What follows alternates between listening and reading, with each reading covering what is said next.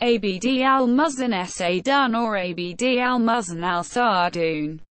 KCMG. Arabic. 1879 November 13, 1929. Was an Iraqi politician who served as Prime Minister of Iraq on 4 separate occasions between 1922 and 1929. Origins prior to the monarchy. Abd al-Muhsin Al-Saadoun hailed from a family descended from the most powerful tribe within the Muntafi Confederation, the Saʻdūns. In the mid-19th century, the Ottoman fostered rivalries between the dominant Saʻdūn chiefs by offering enticing land deals to the highest bidders among them, pursuant to a policy of tribal weakening and division. In 1871, Midhat Pasha finally rent the family in two between Ottomanizers and their opponents by offering some chiefs permanent ownership of once communal tribal lands. Previously they could only exact tribute from cultivators therein.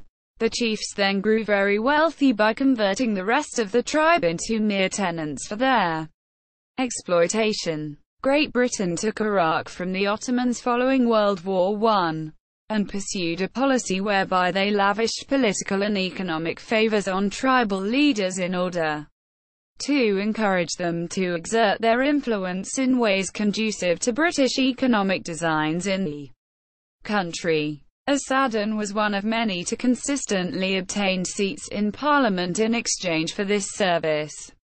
Notably, however, while many tribal leaders at the time were provincial in outlook, Al-Saadoun was distinguished both on account of being a Sayyid, one claiming descent from the Prophet Muhammad, and, more importantly, having broadened his horizons at the military academy in Istanbul.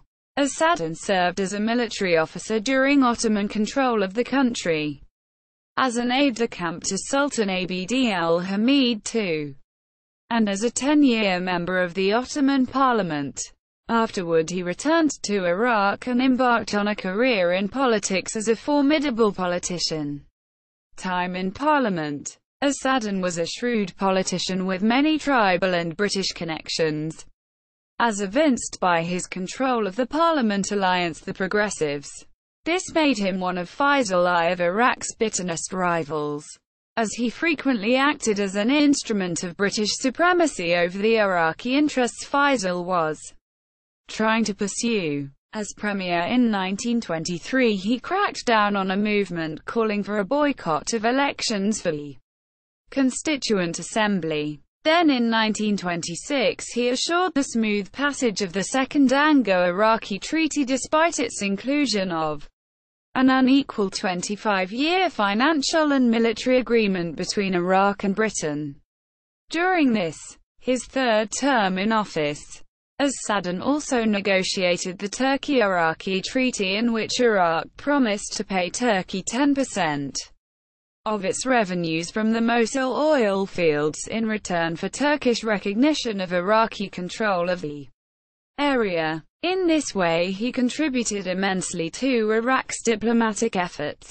Nonetheless, by December 1928, popular protest over British domination of Iraq had become so fervid, or, perhaps, Al-Saadoun himself had taken such issue with Britain's refusal to grant Iraq control of its armed forces, that he began to support Faisal I in demanding more autonomy.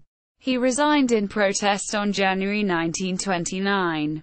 Death. During his fourth term in office, Al-Saadoun died. He died of a self-inflicted wound from a gunshot on November 13, 1929. A consequence of the opprobrium he had elicited from both the Iraqi population and, subsequently, the British and international community for his disloyalty.